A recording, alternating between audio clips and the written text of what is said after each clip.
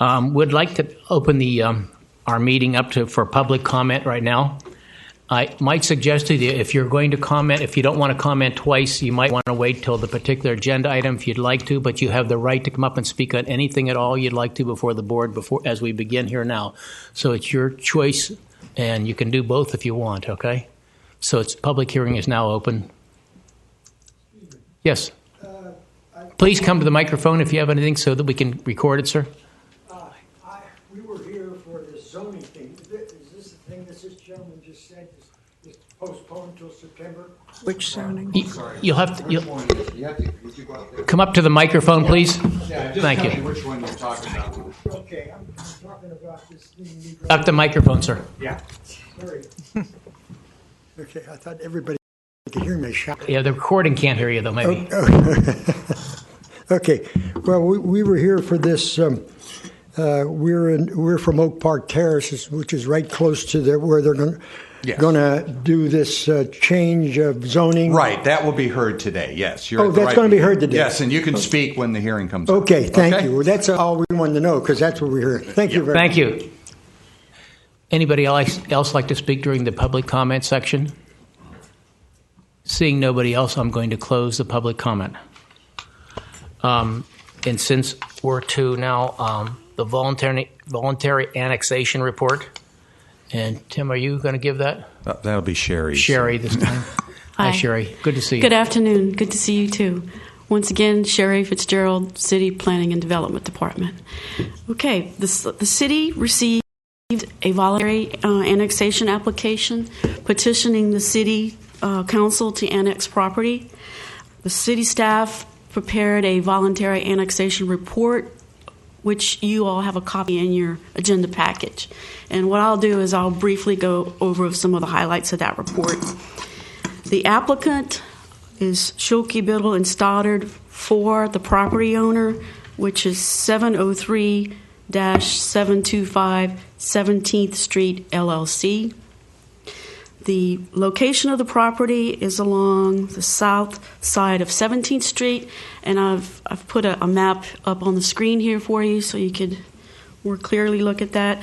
But it's located south of 17th Street, east of US 1, and west of 6th Avenue, and it's highlighted on the location map with the hashed mark. You may all be familiar with this site. To the north of the site is the former Albertsons grocery store, and there's a CVS pharmacy to the north and west of the site.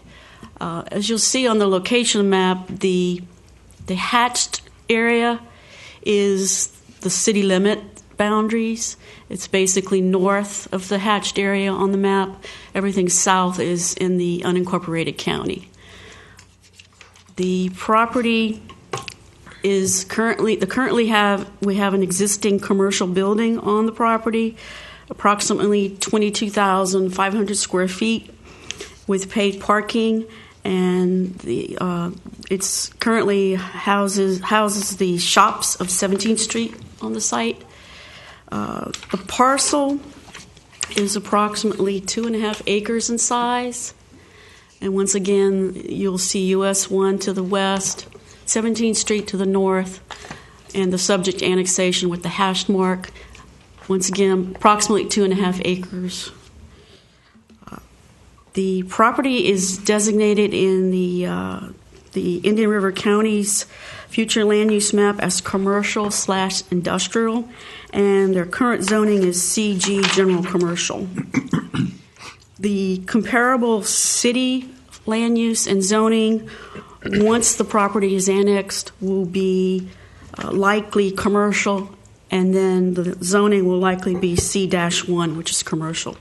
Now, remember that this process, we don't bring in the land use and the zoning at this point. We wait until the property is fully annexed, and then we bring back to you all the land use and the zoning. We're just giving you an idea of that it should be compatible with what the county's current designation is, which is commercial. And the staff did review and prepare an analysis based on the city's policies for annexation and Florida statutes. And the findings from the staff that the annexation application does meet the requirements and is consistent with state statutes. The property is already served by city services, water, sewer, electric, and therefore we don't see any adverse impacts on the city services. And also the annexing the property in the city should have a positive fiscal impact on the city.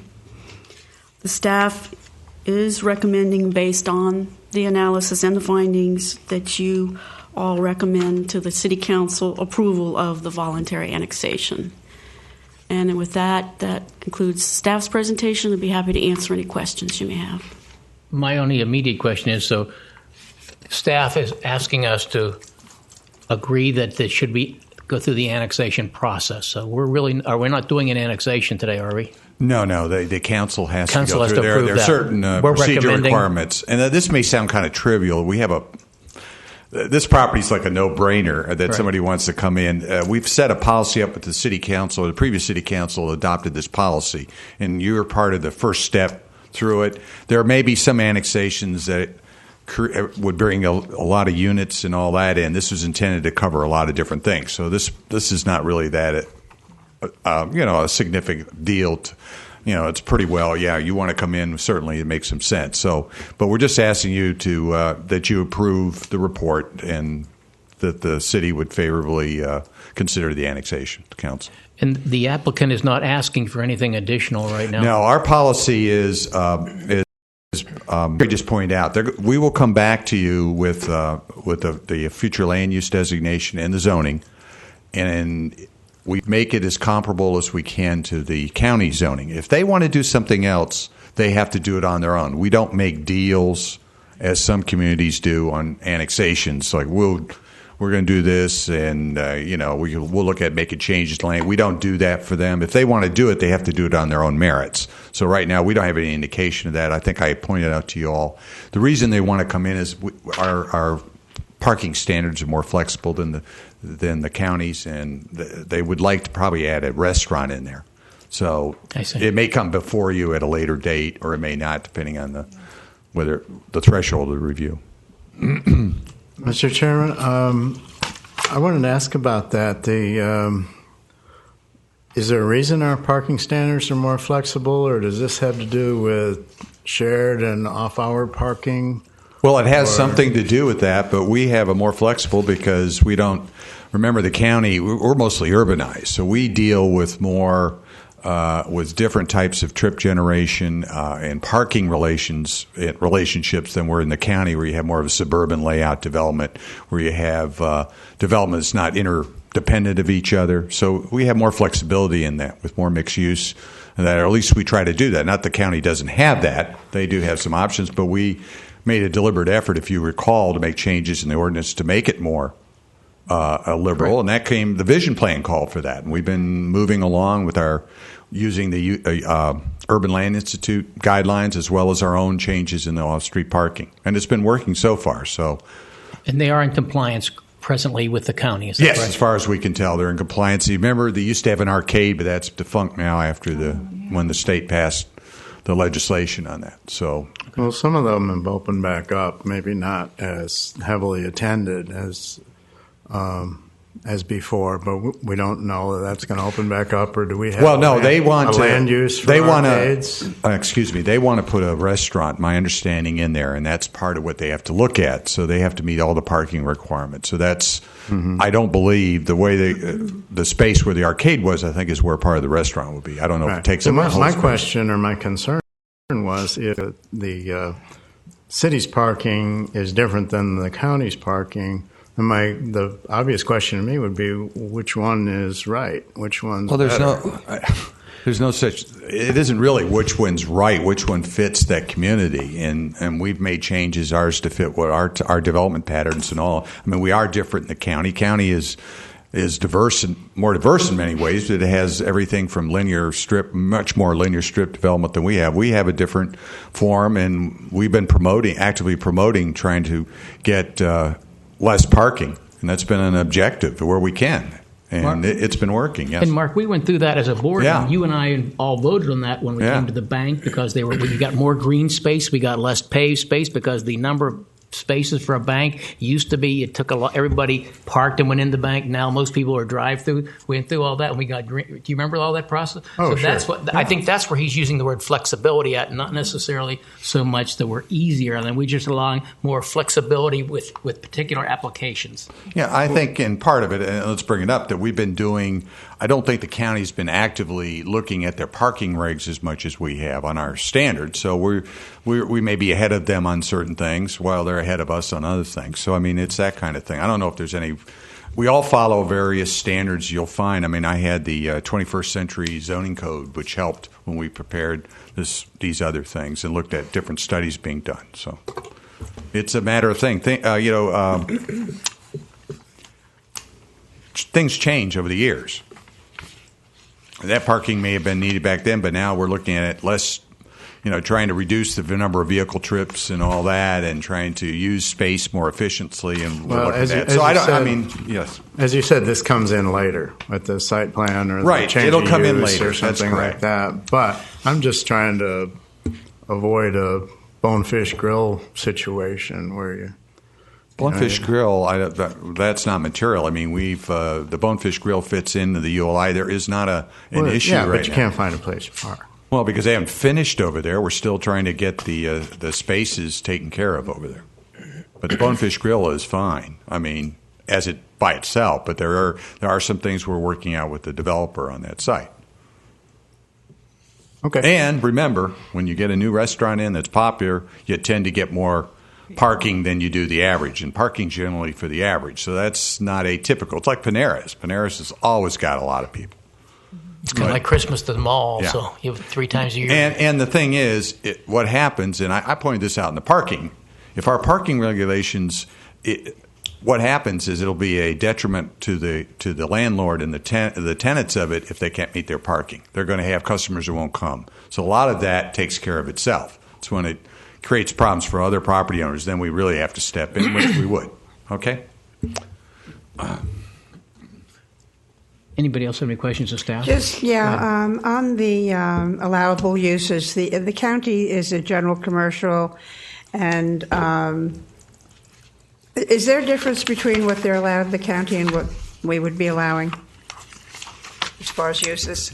We didn't look at that specifically just yet because that's the next step. Okay, but, yeah. But from memory, there shouldn't be a whole lot of difference.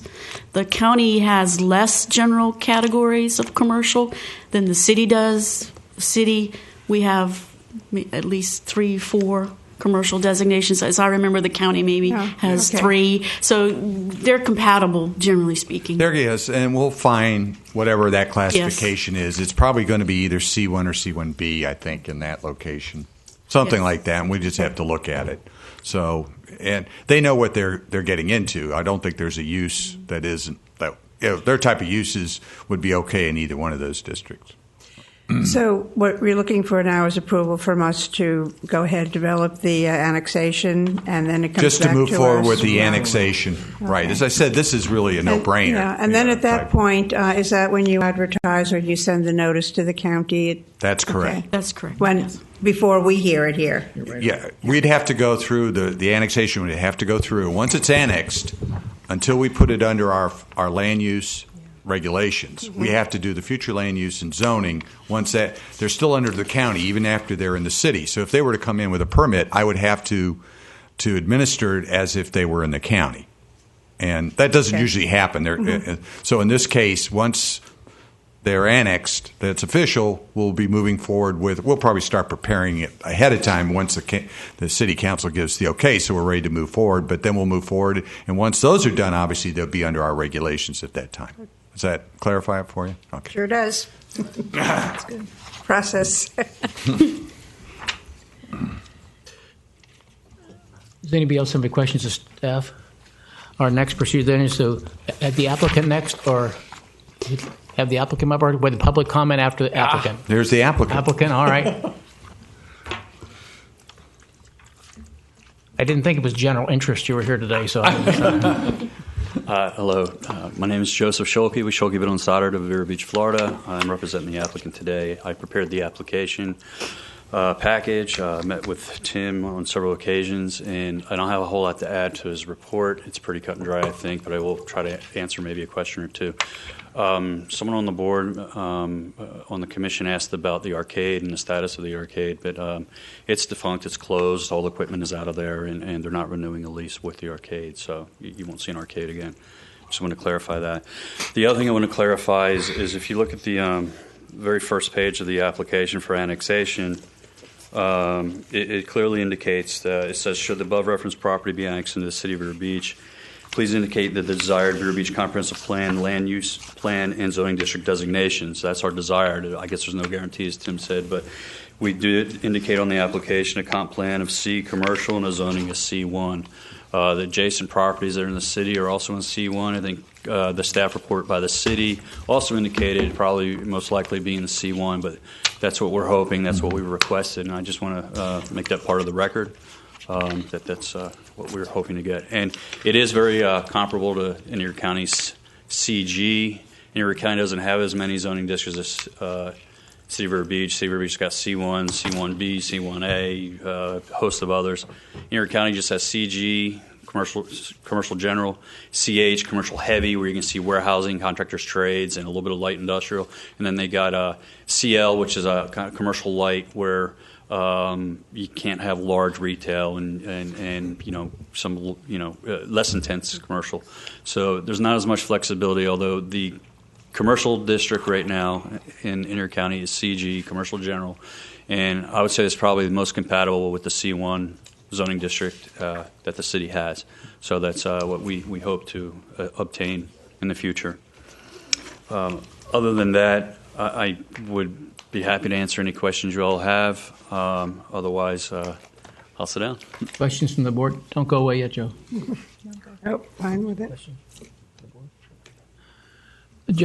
My question is, am I accurate from what I've heard so far today that your request for your C1 designation is that you possibly like to put a restaurant in the facility? Yes, we'd like to expand the mix of uses. Right now, the approved site plan in Indiana County had, I think it's 21,000 square foot of specialty retail, and then the balance in office, and maybe I think one unit in medical.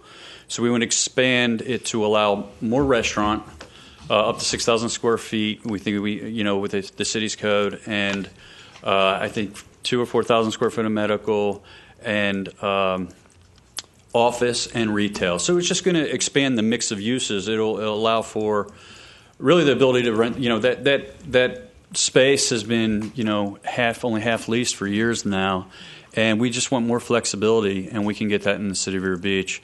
Of course, it's nice to know that when you're right in the middle of the city and the city police are right there, they actually answer a call to the site, and I assume they probably would anyway, even in Senator County, but they'd probably end up having to call the sheriffs to get them to, book the guy if someone's there or whatever happens, But it's nice to know that we actually have the services right there in front of us and we can actually use them. So it gives, from a security purpose.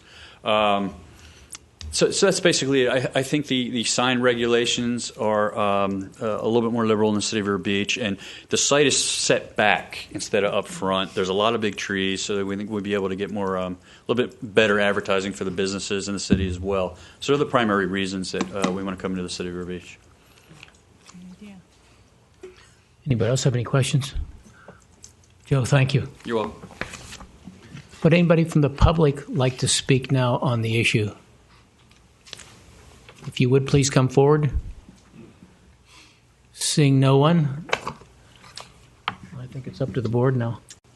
I'd like to make a motion to move forward with this. I have a motion to move forward.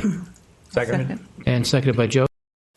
That means recommend to the city council? Correct. Yes. Yes. Okay, good. Thank you. Any discussion? And I'll call for the question. Ms. Polinsky? Yes. Ms. Manous? Yes. Mr. Mucher? Yes. Mr. Burke? Yes. Mr. Lawfer? Yes. Motion passes. Thanks, Sherry. Good job, Joe. Thank you.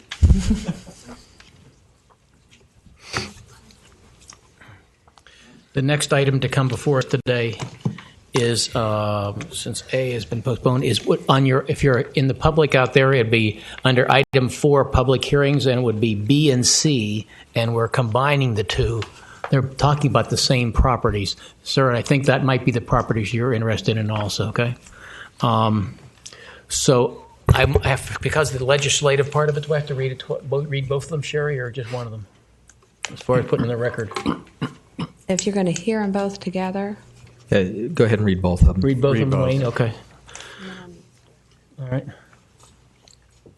Then item 4B under public hearings is an ordinance of the City of Vero Beach, Florida, requested by the city manager to amend the comprehensive plan future land use map by changing the land use design from RM residential medium up to 10 units per acre to GU government institutional public use 0 units per acre for properties located between 17th and 18th Street, including a portion of Lot 1, Block 2 of the plat of the Dr. Richard B. Bullington subdivision containing 6.53 acres, more or less, providing for an effective date. And the number, I'll read that number, it's a long one, but it's number C13000003 FLUM-MAP. And subsequent to that one, we'll have doing at the same time as a quasi-judicial ordinance, an ordinance of the City of Vero Beach, Florida, requested by the city manager to amend the official zoning map by changing the zoning designation from RM10 medium and high density multiple family residential up to 10 units per acre containing 3.65 acres more or less, and zoning designation from POI, professional, office institutional, 0 acres per acre containing 2.88 acres more or less to GU government use, 0 units per acre for properties located between 17th and 18th Street, including portions of Lot 1, Block 2 of the plat of Dr. Richard B. Bullington's subdivision, totaling 6.53 acres, more or less, providing for an effective date. And this time the number is Z13000003-MAP.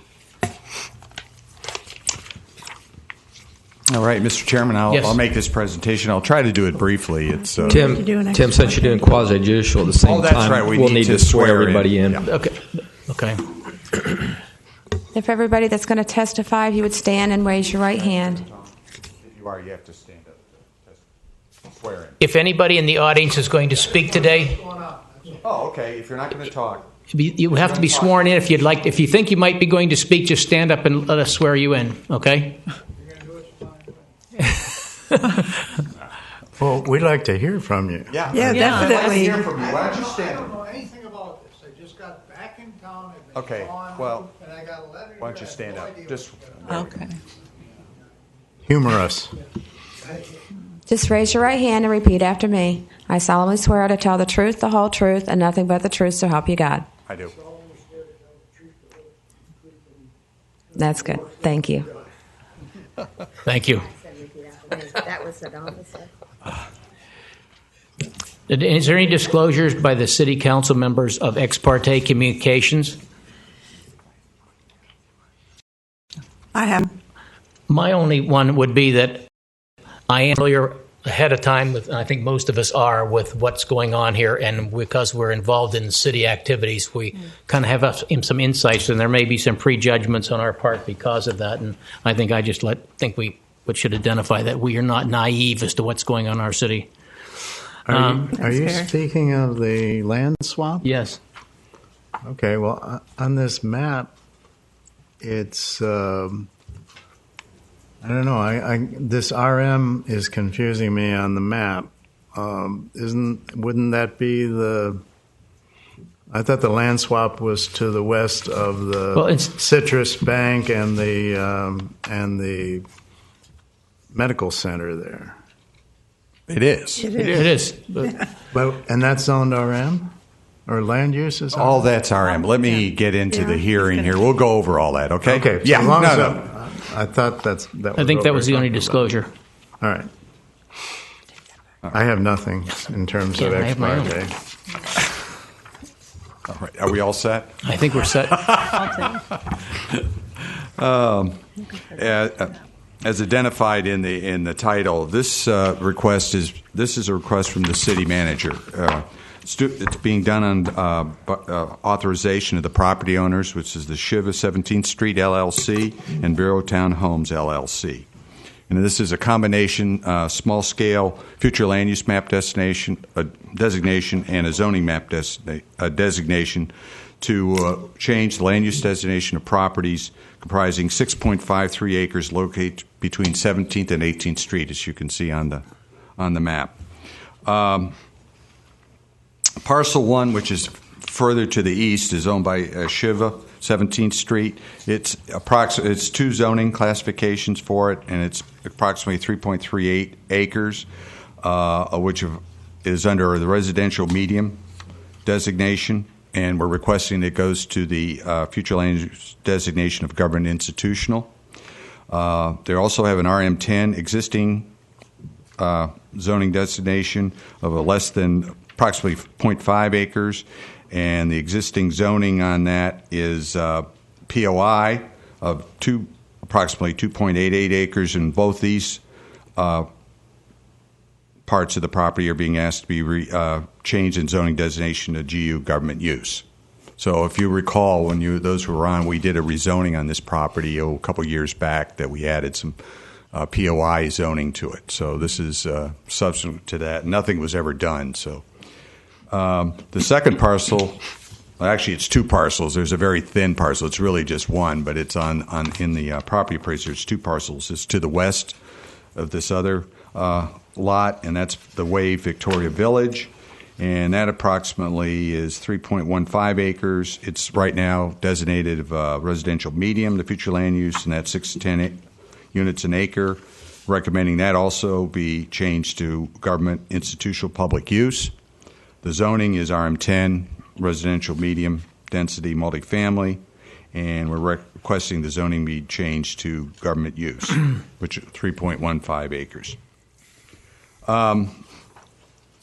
We looked at all the surrounding properties just to give you most of the properties in the city are generally designated residential medium under the future land use plan.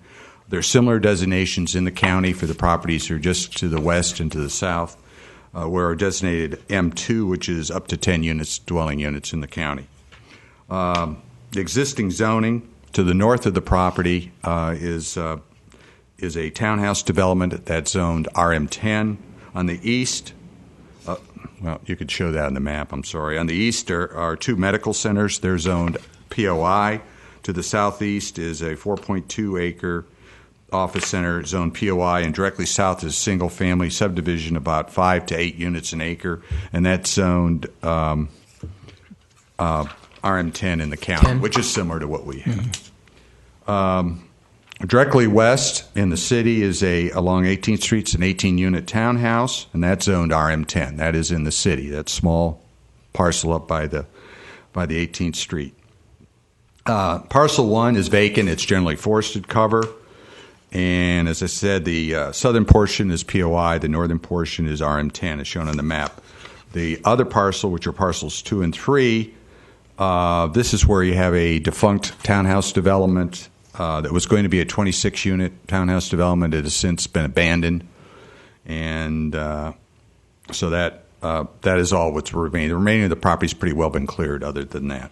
You said the townhouse property had been abandoned. There's a for sale sign on for the individual townhomes, I believe, but no, the whole thing has fallen in disrepair. So they're not habitable. We've had code enforcement issues with that property. I see. Okay, all right. Thank you. Utilities, both properties are all served by city water and sewer services, and there's sufficient capacity in those systems to handle that. For stormwater, there's an outfall on 18th Street north of the city power plant that handles the stormwater runoff. And, of course, once these sites are developed, they'll all go through our storm drainage regulations, so they'll have to meet those standards. Transportation system that's served on both 17th and 18th Street.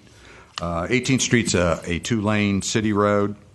about 21 and a half feet of pavement, and it has a small traffic volume of 2,500 vehicles a day, which is a level of service A, if you look at that. All our level of services are D standards on our road, so certainly there's sufficient capacity there. 17th Street, the last traffic count, as I point out in my staff report, was 10,520 cars, average daily traffic, and this meets a level of service A in the FDOT standards book. And again, the standard for that is D in our comprehensive plan. There is public transit that would be along that site, and it runs along 18th Street to the north. I think there's a bus stop at the townhouse development up there. As we pointed out, the future land use designation is residential medium. This is generally for single family to multifamily up to 10 units an acre. It also allows, when rezoning's done, to go to POI. That's why you'll see POI zonings that are under that designation, because that is allowed in the comp plan. So I didn't understand that, Tim. Well, basically, when we say it's residential medium, it's up to 10 units an acre. That's why if you look on the map, we just switch. See the map? We show RM.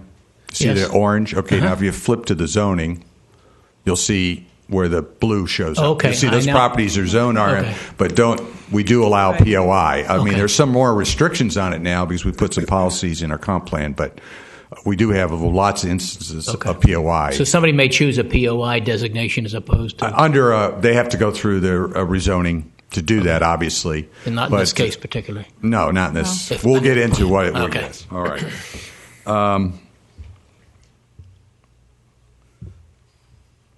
So basically, as I pointed out, that's what the residential medium would allow residential development, as well as office professional when there's rezoning. Under the requested rezoning, a future land use designation of GU, is intended to accommodate essential public services, which may have adverse impact on adjacent neighborhoods or environmentally sensitive areas. And such uses include administrative buildings, cultural facilities, services, operations, service and facilities, such as utilities, correctional institutions, and educational facilities. The zoning designation, and we went through that. These are generally RM10, which is the residential multifamily, and that's located, except for the POI portion of the parcel 1, is all for residential medium-high, which is 10 units an acre. And the POI, as I pointed out, that portion of the property allows a wide range of non-residential uses.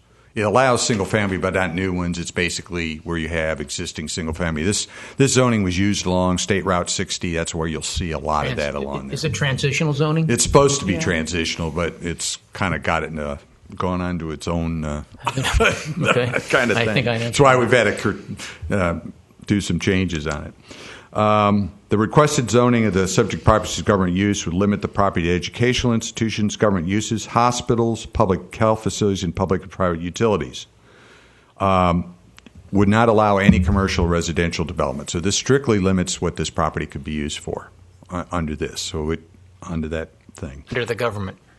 That's right. Okay. Review and analysis. We did an analysis of that. All our the future land use and zoning maps must meet the criteria set forth in Section 6522I of our code, which also includes requirements of the Florida statutes, Chapter 163, the Growth Management Act. Our primary emphasis is mostly on the zoning because there's more specifics. That's the quasi-judicial nature of this rather than the legislative, which is the future land use, but they're tied together. First, we looked at what the justification for the requirements, and I think that's the genesis of all this. And basically, this request has come up because the city has been approached by owners of the properties that are subject to this designation to swap with the city's postal annex property, which is the property shown in red, the C1A, on the map at the corner of 17th and Indian River Boulevard.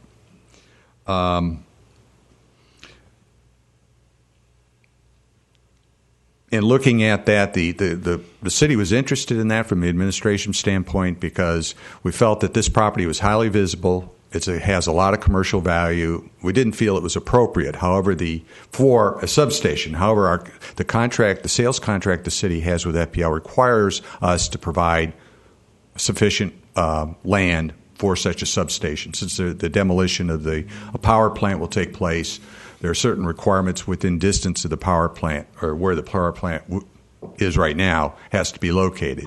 And so this location has been pointed out. I can tell you we're going through analysis of this to make sure it'll fit that, and so far the analysis shows that it will meet the requirements for the FPL to use this site for the FPL's requirements. Yes, okay, and that's where and we're still doing that, but we need to. We're going through this process to get this all set up. But I wanted to give you what the background is of why we've gotten to this point. So. And I'm deviating a little from the script here because I had to do a lot of redundancies in this. I'm just trying to get to the point. So part of this is they want to transfer the land so they can develop that site. And my understanding is with the next, Mr. Schlitt has the property right next to it at the POI, that they want to join together and redevelop that whole corner up there. That's not an official joining right now. Not now. They're going to be part of the whole thing, but that's a long-term thing. It'll have to be looked at its own merits. All we're talking about right now is the change of the designation of the property that's before you. But I wanted you to understand what the rationale involved and why the city is proposing to move forward on this. The existing land use designation of RM is intended to provide areas for medium residential densities. Other land uses customarily found also support these uses. However, the future land use designation doesn't provide for intensive or extensive utility facilities, which an electric substation would be. And these may have adverse impacts, so they have to be carefully located, carefully buffered from adjacent uses. The major purpose of the public institutional future land use is to encourage and provide areas within the city for provision of efficient public services along major transportation facilities. Clearly, this site meets that requirement. So we did find this consistent with this, consistent that the request for this is justified based on the need for this location. We looked at the need for the requested zoning designation. The RM10 designation only allowed utilities as a conditional use, requiring lines to be placed underground. Well, you can't put a substation in with the lines underground since you're going to have transmission lines coming, and so that just isn't going to fly. The POI district regulations, which is the other part of the property, require all utilities to be within a closed structure, and that wouldn't be possible with this substation either. So both these zoning designations were not appropriate for this. So that's where the GU designation came up that we felt that was appropriate. The one thing you should know about the GU designation, the uses have to be at least 5 acres, and this site is over 6.5 acres, so it clearly meets that. Will meet that definition. We looked at the consistency with the future land use change with the comp plan. We looked under policy 1.12, and the GU designation apply those areas where there's a need for provision of efficient public service. And clearly this meets that designation, that this type of facility will serve all a lot of the electric customers both within the city and outside in unincorporated Indian River County. The one thing I want to point out, this site is also more appropriate because it's going to be 6.5 acres. Now, my understanding is, in talks with the FPL, that 4 acres is generally what they needed. And that's about a little less that we have 4.4 in the postal annex. Well, they've got more than 2 acres more than they need for this property.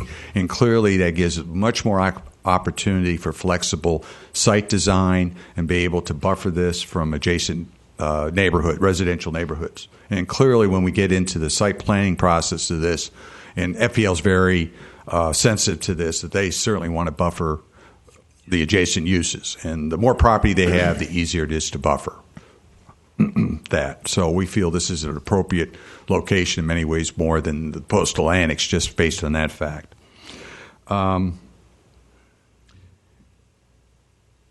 And moving down to the consistent with the rezoning, and I'm just passing through. If you got any questions, I'm trying to go through. We do. Okay. And when we get to that, you can ask me at any time, but I'm moving down. The zoning has to be consistent with Table 111 between the land use designation and zoning districts. Well, clearly the GU designation is compatible, the zoning designation, with the future land use designation, or the similar GU classification. We don't have that always in the city. If you all recall, we ended up with the schools once the St. Ed's, when it left, it could not develop as residential, even though it had R1A, because it had that future land use designation of GU. We also, in land use element objective 3, shall establish and maintain land use and development regulations that will reduce and prevent land uses that are inconsistent with the community character, incompatible with adjacent development. Unfortunately, the comp plan doesn't give us a lot of direction in that area. However, our site planning work and requirements in our site plan and the performance standards that we've all put in there will go a long way to protect that. And I said FPL is very cognizant of what needs to be done here. Even though you have to look at this, what uses to go in there, that's what's going to be proposed in the long run. So just so people understand that, so they kind of get a little scared when you talk about bringing in some sort of this type of utility use. We looked at the compliance with other review standards, and we felt that the GU is not incompatible with the RM zoning of properties to the north, west, and south, and the POI. Although the types of uses allowed in the GU vary from residential uses allowed in the RM10, some use such as utilities and educational facilities are allowed in both. And in the adjacent POI zoning district, medical and professional officers allowed, which are similar to government offices that would be allowed in the government in the GU designation. And as I pointed out, it may not be we're looking for a specific location for the power plant. There are a lot of criteria, so it may not allow for a continuous land use of residential. However, we think it's appropriate at this location that needs to serve. And we already have non-residential uses located directly abutting it to the east. So we don't feel that's a real breakup, especially for something that's needed for essential public services. About the changed conditions, and as I point out in here, and I'll go over it again, we've entered into a contract with FPL. We need to find a location for an electric substation, and we've been working. We were concerned about the only available site, which was the postal annex, which had been looked at. And when this offer came up from these property owners, we felt this was an opportunity that we did not want to miss on, and let's see this. So I can just point out they're still being studied. They're still studying that. The one thing that is, in my understanding, that FPL has made the requirements, but they have to work with the developers on the additional costs. There are some costs involved with this relocation because of the type of transmission and distribution lines that come in, and that'll be worked out, as well as the city's got to negotiate a swap, which the city council will have to approve on the properties, and there may be exchange of money. So there are a few things that this may not come along, but we need to have this ready to go. So the way it would work is the city would move through with the land swap negotiations, unless I'm sorry. I just caught something you said. Oh, all right. Anywhere along this process, if let's say FPL can't accept the property, we would stop this process, which we're going through. If the developers can't reach agreement with FPL, obviously this would stop because we could not go forward with it. We get to the point the city will negotiate with them on the swap. We would go into some contract contingent upon the zoning and the future land use being changed. There's no guarantees, but that we would go through that process. So this process will move along, and if any of those steps don't work, then basically this would be over, and we'd be back at the postal annex. We are under a contract to provide them some property. Now, if somebody says, "Well, what happens, Tim, if the FPL the property to FPL would not be transferred to FPL until the sale, and which we know now will be later in a year or 2 years yet." If the sale should fall through, all right, in the worst circumstances, the worst the city would be, we'd end up owning 6.5 acres. But we'd also have private developers able to take that commercial property over there and do something with it. If you remember, we had a failed attempt about 7 years ago. When I first got here, we had a developer and the market tanked, and that was the end of that. So we feel it's an important property, highly visible, and has a lot of commercial value. So that's basically how these things are working out on this. So there's a lot of ifs in this, but we need to move forward on this because their time is a wasting, and FPL needs to make its decisions. It's already doing its design work and all that, where we don't want to hold this process up. Maintenance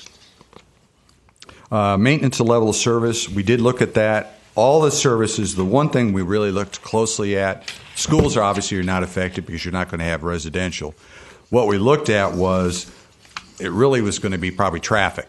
And as you're all aware who've been here long enough, when you look at a zoning change or future, you're looking at the worst case type scenario, and it isn't going to be an electric power plant from the standpoint of traffic. It's going to be probably a government office. So we had to make some estimates looking at maybe a low-rise office development, could be a complex of what we thought would be reasonable. We didn't try to totally develop the property. We looked at what could be developed in the property, and we, as my data shows, using trip generation from the transportation engineers handbook, we find that it's very similar in trade-offs in the amount of, based on what would be developed in the current zoning and what it would be under this zoning.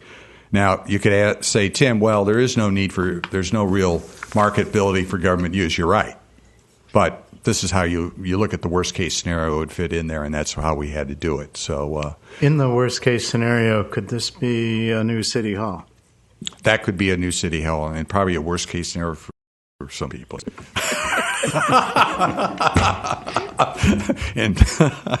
don't know if there's enough parking space. But as I said, we had to look at that. We had the worst case scenario under that kind of situation.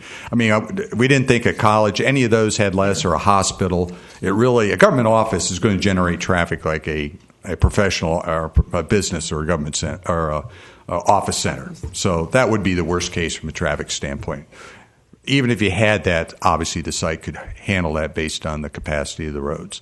Now, remember, we don't get into real detail on this because the site plan, any type of development comes in, you go through the real concurrency look. These are just conditional that they can move forward on it. Well, if I were these gentlemen back here, you had mentioned briefly, and then you mentioned it the first time but not the second time, something about a correctional institution.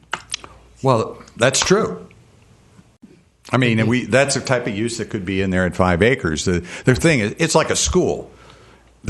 Any of our public schools that doesn't even meet the site requirements.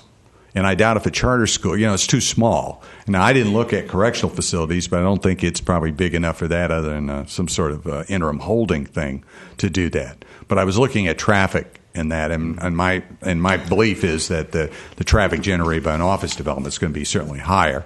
But you started to describe how this would work. I wanted to drill down on that from a timing standpoint. This would not kick in until the land swap took place. The land swap, and then it would go from the city to Florida Power and Light at the time of the sale, or okay. Basically, we're negotiating everything to make sure all the parties are in agreement that the site can handle the facility, that the developers are comfortable with any monetary changes and all that both parties are comfortable. They have to negotiate with the city on this swap, which there's some money will probably be exchanged because we're having appraisals done. We would enter into a sales contract with them contingent upon the zoning and the designation being done. Once that's done, the land would then be transferred in the swap. The city would take the 6.5 acres. The developers would take the city property. The city would hold on to the property until the FPL contract was, once the FPL contract went through, then it'd be part of the final sales of the closure on the contract, sales contract. So that's what I'm saying. It would be down the line. The city would hold the property for a period of time until that happens. Okay, but this could kick in before the land swap could kick in before the sale. Yes, it could, because the intent is to move forward on that. As I said, the worst case scenario from the city, if the FPL sale doesn't go through, we've got 6.5 acres that's in city property. Okay, that we don't have that. That would be what would be the scenario. We'd have another Dodgertown golf course.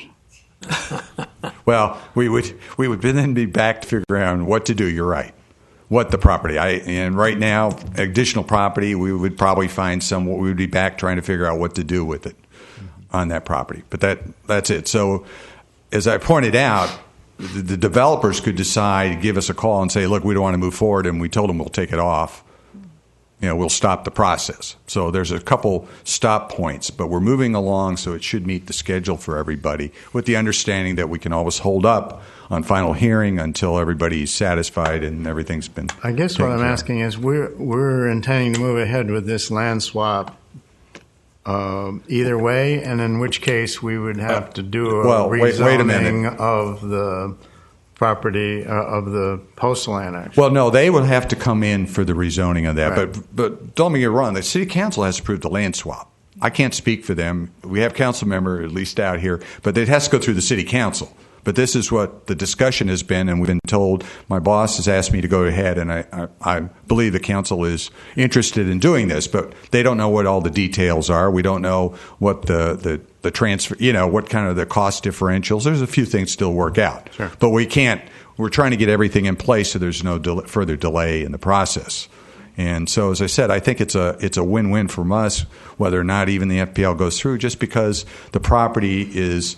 That corner lot would be good to have it in private ownership to be developed, and particularly if they're thinking about coming back and combining the property and coming with, would love to see a mixed-use development of something at that corner would be nice. It's a very prominent location in the city as you cross the bridge, and certainly I think it's better than some of the other things that we were looking at on that side of the river. Does that help? Does that? Yeah, I think it's a great. I think the land swap was a great idea. Assuming everything goes smoothly. Yeah. If the Florida Power and Light deal were to fall through for any reason, and this site wasn't used as a substation, then I think we got a disaster, because we're giving away a good piece of property. We're getting paid the difference in today's dollars in the land swap, but we've got a piece of property that is not as desirable, that we might not. Well, and that should be reflected in the cost. And I understand what you're saying, but I think part of what we'd like to see is get appropriate development there. And I think, we've had people want parks up there. Well, we have enough time maintaining what we have, and so I think but this is a concept that obviously the council would have to do, okay. And I don't think they've taken official action on this kind of thing yet. So we still have a lot of steps in this, but we've been given the go-ahead on this, and until I see a red light in front of me, I'm moving forward. I'm done, Mr. Chairman. I do have a reservation here, and it goes with a little story first. Back in the mid to late 90s, there was a lot of concern about how unattractive our current plant looks from the roads. And so the city planted all these wonderful oleanders around it. And before long, you couldn't see the power plant when you were driving by. Then we had 9/11. And the Department of Homeland Security came along and said, you've got to cut them all down, that their security is endangered because of that. We have to allow a visual. We can't allow terrorists to hide behind oleanders.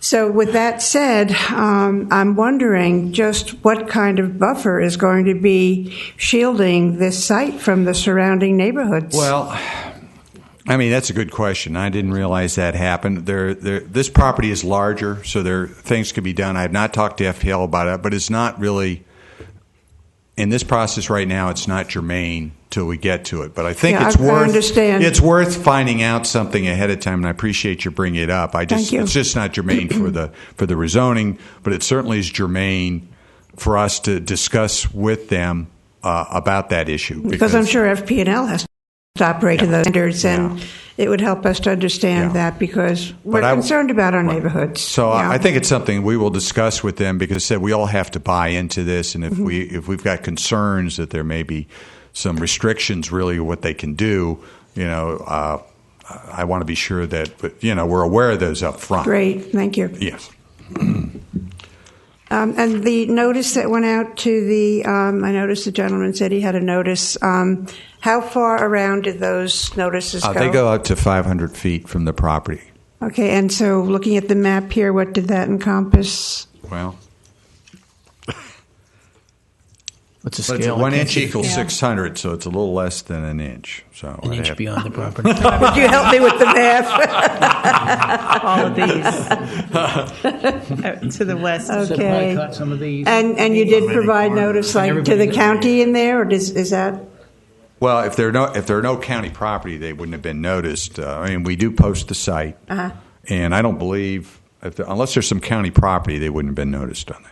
What is Would you notice county residents if they're within Yes. 500 Yes. feet? Well, that's what we said. We don't. Yeah, we notice everybody within 500.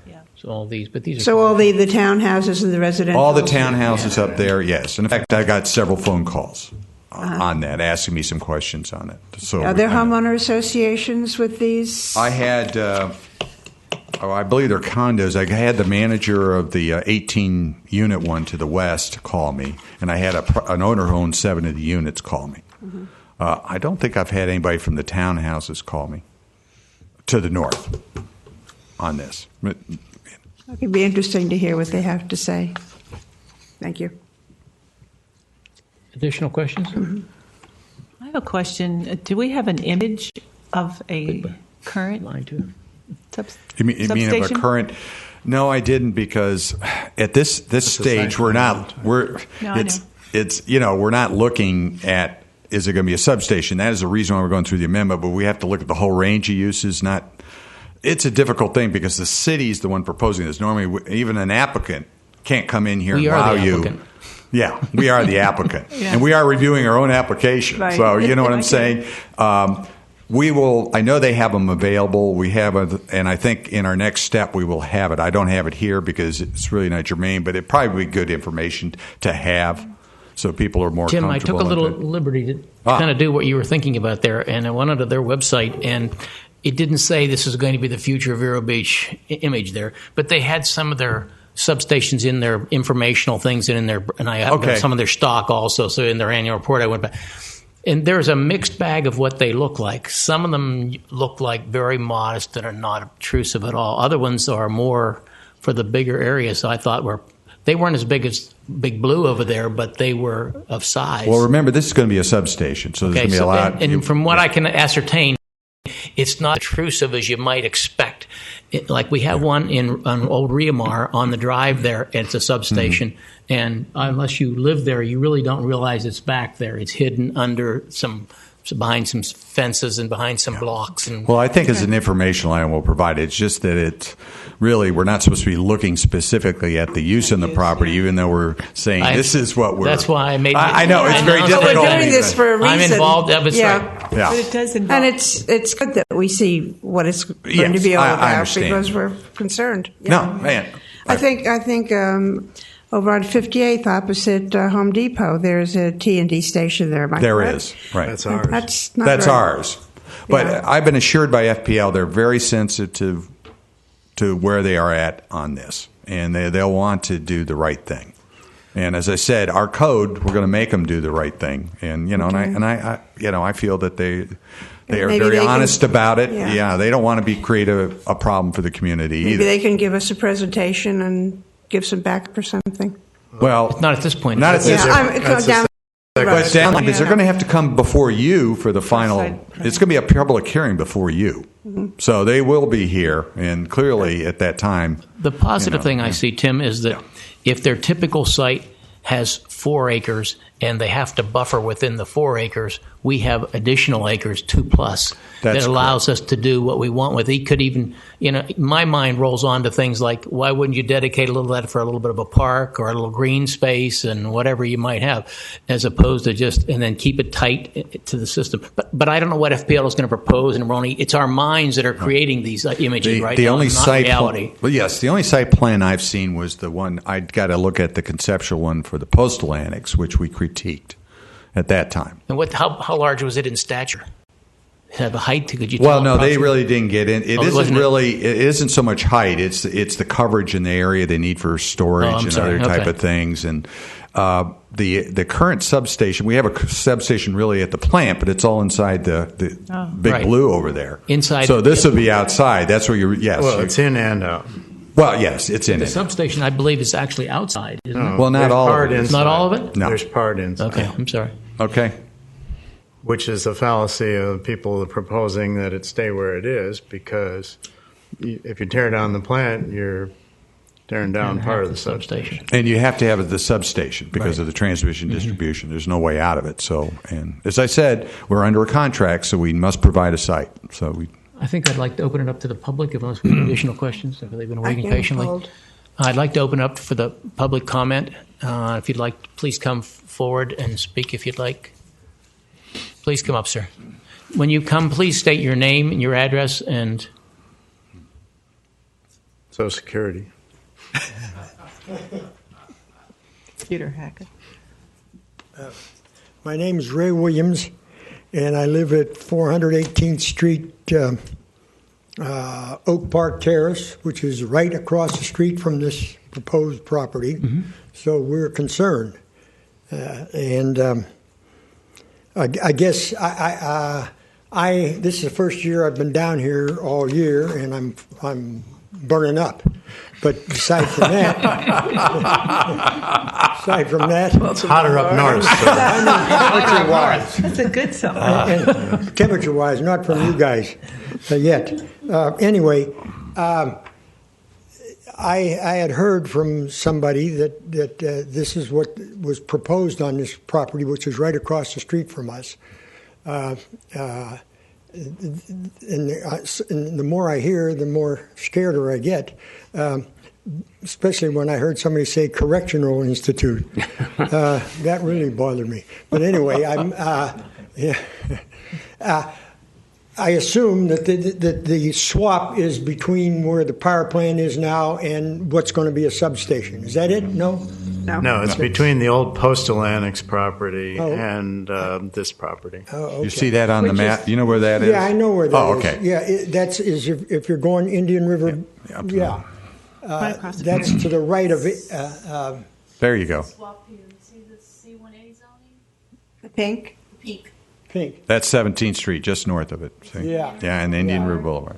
Yeah. Isn't that across from that manufactured home properties in there? No, in it's that- across from the toilet on the river. What's that? The water treatment plant. The water treatment. it's across the water Diagonally treatment plant. across the street from the power plant now. The power. Across Kitty from corner water from the treatment? power plant, across from the sewer plant. Okay. Boy, it's very confusing. But, okay. Okay. Now we'll go on to something else here. So the substation, if that's what happens, and you haven't made a definite decision, as I can see on that. Yeah. Okay. Of course, I'm interested. I'd be interested in how it's going to be buffered. I'm thinking of isn't that a substation that's out there I think it's 58 Avenue, and where you isn't there a substation there at right there in the corner, and that isn't Across hid from very Home well. And you turn left if you're going into the Yes, there is. yeah. Okay. But we don't know what it's going to look like that, or even if ever it's going to be a substation there. I see. All we're talking about is changing the designation of what it is zoned for now to government. And the reason he can talk about having it be a prison or something like that is only because it's a possibility under government usage. Oh, sure. But the fact if they'd ever try to put it, that we'd raise ourselves, our arms would be, it would never happen. There's no Well, way. and again, just to make you feel a little more comfortable, if this all goes through, they still have to come back to get approval for the substation. Right. It will be a public hearing. You will be notified because you're within the 500 feet if you're notified before. So it will be a hearing before you. You will be able to See make the comment on drawings. it. Yeah. There'll be And some drawings. drawings. Okay, so we're a long way from that right now. And you talk about the one on 58th near Home Depot, and that's more of a commercial industrial setting, if you will. Yeah. There's also one on 58th and 22nd, which you wouldn't know if you drove past, because it is heavily buffered, landscaped. You can't, you wouldn't know it. And I have one and in it'll my be community. more like that. I have one in my community which is the Riamar area, and you can't tell it's there. If you look for it, you can find it, but it's not obvious to you. Yeah. And it's not as well buffered as I think this could possibly be. Yeah. But that's just what I'm thinking. Okay. My partner said to me, the reason he's a better speaker than I am, but he's here. He just got back. Anyway, what about the old school property that's there? I said, I don't think that's, across 6th Avenue. I says, I don't think that's in the purview of this group here. Is that right? No, and don't get me wrong, but I think they looked at what other properties might be available, and that would probably be outside, I think, the area of what the FPL would. I do see we have a school board member here, and I was, I think on Tuesday, they just said they were going to put that property up for auction. Oh, they are? Yeah. Yeah, maybe. Yeah. They're going to cut the grass? Comes with the auction. What about the wild animals? No, that's a different. That's a different. Did you have something you wanted to talk about? Yeah. Okay. Okay. I guess you all know what we have about 136 units there and 7 villas, and so we have a lot of happy people there that would enjoy that. And I think probably at least I'm the vice president of the association, and the president, and this gentleman is one of our members, and the president is not here. He's out of town today, but he was the one of our other residents, which I just came from, that's now up in Boone, North Carolina, temporarily, said to me, "Get down there and find out what they're going to do to that place." I said, "Well, I will." And let's see, what was I going to say? And anyway, I think that I know what it was. He said, the president said, I think it's a better deal than if they put. You remember out there, right in those 2 parcels is where they were going to put those real swanky condominiums right on 17th, and nothing ever happened. They had all those white PVC things in the ground and so forth, and that never got off the ground. And so I think that probably on government use, as long as it isn't a incarceration thing, I think it would be much better, possibly, than if we had a lot more traffic in there from there. And so, as I understand, then we will be watching you, and you'll let us know as we go along. And so we're concerned, but we have faith that you're thinking of our whereabouts and our how we look at it too. Ray, I would encourage you and your board president to keep in contact with the city. Make sure you get all the correspondence, and we're available to talk to you about it and keep you informed, so you and your organization and the members that you represent can have the proper say-so in what occurs there. Right. And I think that's what we're trying to do. That's why we do look out for you, because it was put in my neighborhood, I'd want the same considerations. Yeah. Now, you are the zoning board. You're not the city council. I know no way. No. Is that right? All of you people... My wife gives me enough pressure now. Not no, but hell no. All of you people are the zoning board, right? That's correct. No wonder you have a lot of work to do, too. I appreciate your listening to us, and we will surely work with you if you let us do that, okay? Thank you, Ray. Wonderful. I want you to understand the process. So this is, at this point, just a rezoning in case there is a land swap. There would be at least one more step, and that would be the site plan and the site plan. In fact, most likely they're going to have a neighborhood meeting where FPL would meet with you before they even submit to kind of go over the drawings. So you're going to have some opportunities especially to influence what happens. Thank you, because I'll get those questions when I get back there. I'll tell you that. So, All of which is contingent on the This is sale. not a done deal. Well, that's true. Yeah. And you'll also have opportunities. I can see that. I learned a lot more than I knew in all my 86 years here. Yep. And you'll also have opportunities in front of the city council. Pardon? You'll also have opportunities in public hearings in Yeah, front they're of the tougher city than council. you guys, will, I think, huh? You never know. Okay. Thank you very much. Thank you. Thank you. Would anybody else in the public like to speak? Seeing no additional people, I'm going to close the public hearing. I think it's our responsibility now under discussion to break this down into a legislative answer to our city council and a quasi-judicial answer to them also. So what kind of discussion do we wish to have among ourselves now? Oh, I tell you, I've made anecdotal points throughout all of the backup here. Could I just kind of start? Yes, go ahead. Because Okay, under the utilities, that would be page 1, 2, and 3. I'm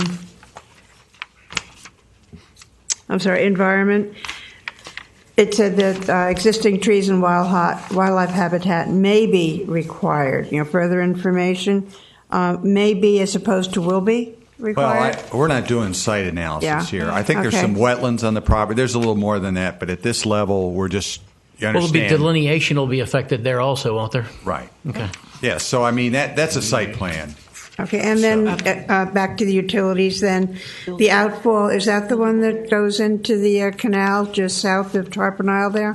Well, it'll be the 18th Street, yes, just Uh-huh. yeah.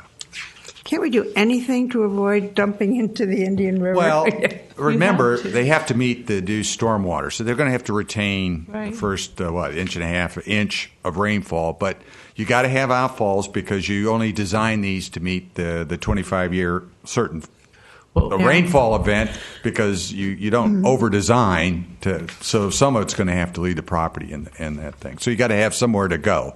And everything drains. I talked to the engineers about it and how everything drains there. But clearly it's an issue that always comes up. The postal annex will be also when we were discussing I think the advantage to try to answer Honey's question is that with the new requirements because the city is older and we didn't have many requirements for retention and things, the water that we are putting into the river, although it's not brackish, it will be fresh water most likely.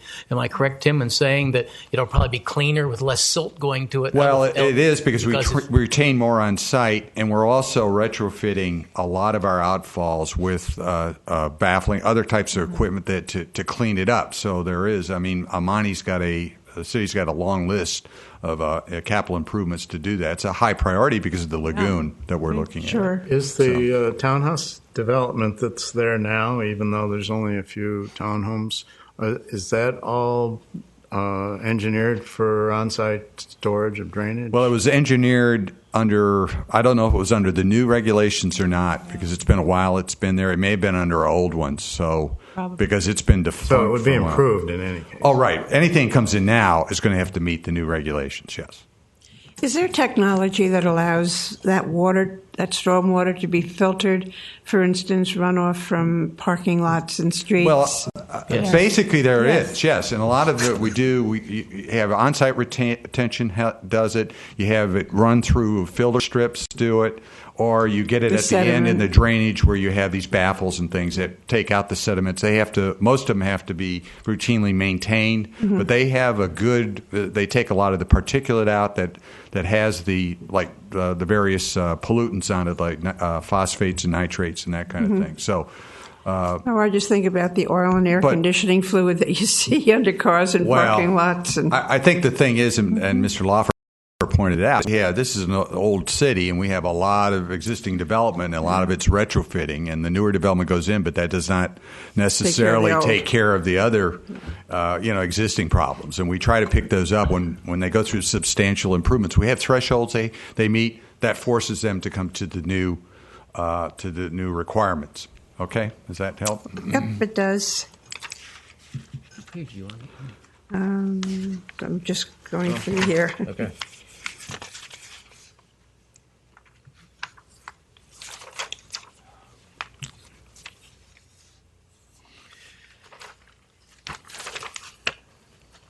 There was the comment about, and it's here on page 7, substations considered essential, serves a significant portion of city and county electrical customers. What portion? What portion doesn't it serve? To be honest with you, I don't really know. Okay. I was just curious. I thought it was to serve everybody, and obviously only it's a portion now. So well, no, I think it's a good point you brought up. I need to just clarify what that is because there's a lot of different points that come in the city. I haven't talked to the utility people, so it's probably Tim, well, it doesn't serve the beach. Honey kind of passed me. That's true. It would not. So I would have to look at that. But I mean, okay, I'm sorry. Oh, sorry. No, it's all right. I'm lost. Okay. Go ahead. I'm sorry too. I wasn't looking at. She passed me in some of the pages, so I want to go back. One thing I didn't understand yet. Part of what we need for government is underground utilities coming. Tell me how this works out if this finally gets approved and it comes to us in a site plan, and because it is what it is, and it's not. Will there be high tension wires coming? Well, I believe they're going to have some 2 or 3 big tension lines will have to come in. They just can't. There's restrictions on carrying of this kind of power in. I'm not an electrical person, but by understanding, you can't put these underground. My question is then, so if the people that were here that are adjacent to this property, I don't want to, when I look, that's why I went and looked at those on their line, try to see if I could picture some of these things, see what they look like. I'm not descriptive enough in my own mind and what I've seen to understand what I'm buying, what they'll get to give the people there. The problem is we're getting into the site design stuff. I know, and it's not site design. And we're not in site design, so I don't have the answers to that. But maybe I shouldn't even approve it if it's going to be a major detriment to the people. You're approving what the uses could be on that. You're not approving what it is. And that's what your sole responsibility here is. We brought up the electric substation to show you that's why we're going through this, why we need to have a change. But that doesn't mean. But that is when you look at it, you have to look at the full range of things that could be on the site. But you're bringing up issues that are real site plan issues. If you were to think that unless you thought this language were totally out of character with that area, that would be a reason that it did not fit. But you're getting into some site plan specific things, which is more of the next phase when we get into development approval. I know that's hard to. I know, but we do have some insight into what's in the future there. That's true, and we can't put that aside. We have. I think I have to think for. No, and I agreed. If you think that will be, but see, I can't. I don't know enough to tell you that where this will change the tension lines going in. I would have to have that information to give it to you. I don't have that because it may not have that much of effect. And to be honest with you, I didn't know we were getting to this kind of detail. That gets back to the statement that's here. Yeah. The statement in what we're approving, it's allowable under this designation. It says the utility lines must be underground. And we haven't, and they wouldn't be allowed to use that based on. Well, that's why we're going through the change in designation. We not fit them under the current zoning. We wouldn't go through all this effort if we could do it under the current zoning and land. That's why we're doing it. And I pointed out they can get away with. Mr. Chairman, if you like, I have been involved with a few discussions with FPNL. Okay, good. Open up. Just to let you know, one of the reasons that site is attractive to them is because they can feed in power both from the south and the north of it.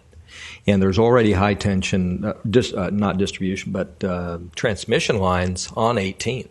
There are very large poles there now. Those are transmission lines that the city of Vero Beach owns. And there is some underground there, believe it or not. But what it is, it's from the power plant, goes under Indian River Boulevard over to the west side of Indian River Boulevard. And there's a large junction box, I understand, right in that area where they then go to the poles. So instead of having to go across 60 with transmission lines, they went underground there. I see. So the anticipation is for FPL to continue to use that underground connection from that substation. But they like the fact that they can get to the substation location from both the north and the south of it, which really makes it a little more convenient for them. Could I conclude from your comments that the neighborhood already has high tension lines in it? That I didn't take into my consideration. That's something. They're already piece of new there. information you just gave me that's important. I think They are so. They're there. already existing there. They may put more wires on them, or they may modify them some way. But so we're not bringing something to their neighborhood they didn't already have there. And I didn't think about that on 18th. And I haven't gone and looked myself. I know they are on the 18th. I don't know on 17th, but my understanding is there are already lines there too. And I don't know that either. I didn't this morning. Very good. We got our expert here, and he was holding back on me. I get to listen in on some of the discussions. This is law school 101, or the other question I had, I think I'm probably off course with this one. Do you mind if I put one in here while you're waiting, honey? Go right, no, Oh, go thank right you. ahead. The value transaction. Is there any reason the board should not be involved in that thought process at all, as far as I'm concerned? We're consummating this whole deal is a swap. Whether there's money involved or not is not relevant, and we don't have anything to say about the annex property at all during this whole concept. No, it's really that is not right now. material to us. Not at right this point. now. If You would have later when they come back to do something with that property. You certainly would. And what happens to if we change the zoning and the power plant fails to go forward? What is the designation at the end of that? Whenever it would takes be place? it would be that GU designation. And can it go back then to what it was? We would have to go through the process to return it. Undo to that. what we've done. We would have to undo it. Yes. And the city may or may not own that property at that time. Well, as I said, if the transaction goes through, and as I said, we have a sales contract and the designation is done, we adopt the ordinances. After that time, the land will be swapped. If that's how that would all occur at closing. Yeah, at closing. Okay. The land would be transferred at closing, just like everything. And the zoning else. would know ahead of time prior to that, but yes. Okay. But as I said, then we would own the property after. a contingent part of the sale that the zoning is in place, or they wouldn't make the swap. Yeah, they don't want to end up with Owning a piece of government property. I understand. And it couldn't. How can they own? They were really worried about that. That's what I'm thinking as a anyhow. Okay. No, as I understand, there's two transactions. There's two points that we're looking at. We're looking at the point where there's a land swap with the developers, and then we're looking at a transaction with Florida Power and Light. In other words, the city ends up with it ownership at the time of the land swap. Then the second point would be where the city deeds it to Florida Power and Light. That's correct. I think you're correct. Part of that agreement. Yes, I agree with you've that. got it. That makes sense. Okay.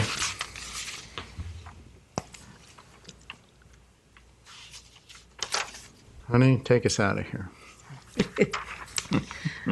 I think that Well, let me give a positive. I thought I wrote a couple positives down. If I was lived in that community, the community surrounding it, I said, well, how would I feel about this? And as far as I can tell, in the positive things I would say to myself, I'll have less traffic if it's a power station. I mean, I think their traffic may be 20, 30 cars a day in and out. I don't know. I made that up. I have no earthly idea. No, but it's not going to be like it was commercial, even or residential, still have less traffic. There should be somewhat more green space because of the oversized area that will show more green for the people in the neighborhood. The negative would be that I thought I was going to have to say have the high power lines around, but they're already there in their neighborhood. That we don't know if there's going to be any more. And I said, overall, it'll reduce the density of that area, in my opinion. And I think that the designation really limits what could be done on that property anyway. Right. So, I mean, that's why we took all commercial and residential off. So it specifically would be for these type of uses. At this point in time, I think I understand as much as I'm able to understand. Yeah. we just need this to continue going forward. I think. And the two I need votes we you. have to have today from this board. I need you to take action on the draft future land use amendment. To recommend approval by the city council. Based on the staff findings contained in this report.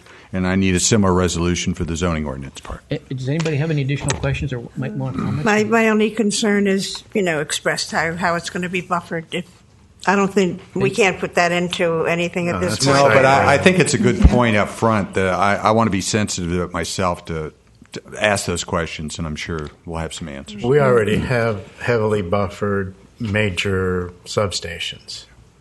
The 58th and 26th, which they call the mall substation, is so heavily buffered you probably didn't know it was there. And I think what you were referring to was the power plant itself, the generation capability that no. Homeland Security might have been concerned about.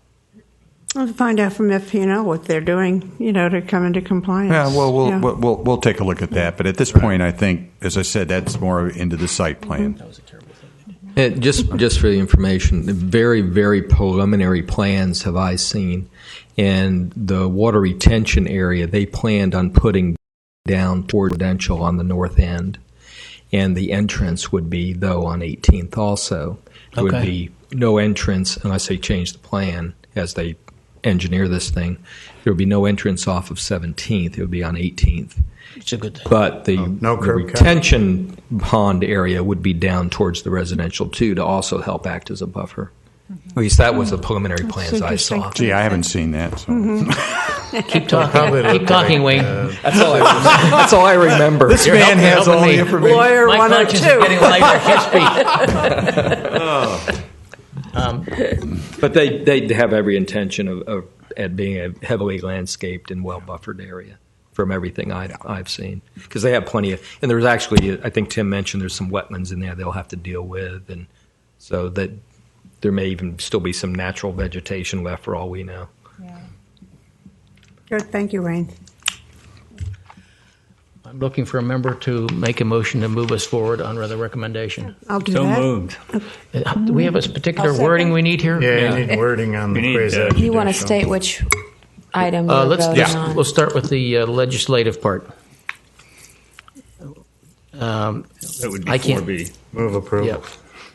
The future land use map, okay? Yes. That we recommend moving forward the land use map To Based design on the findings. based on the findings of staff. The staff report, yeah. Right. We haven't. Do we have any additional recommendations to put with that in that motion? No? Then that is the motion. Do somebody make that motion? Was it done? Honey? Yeah, so moved. And a second? Second. By Joe?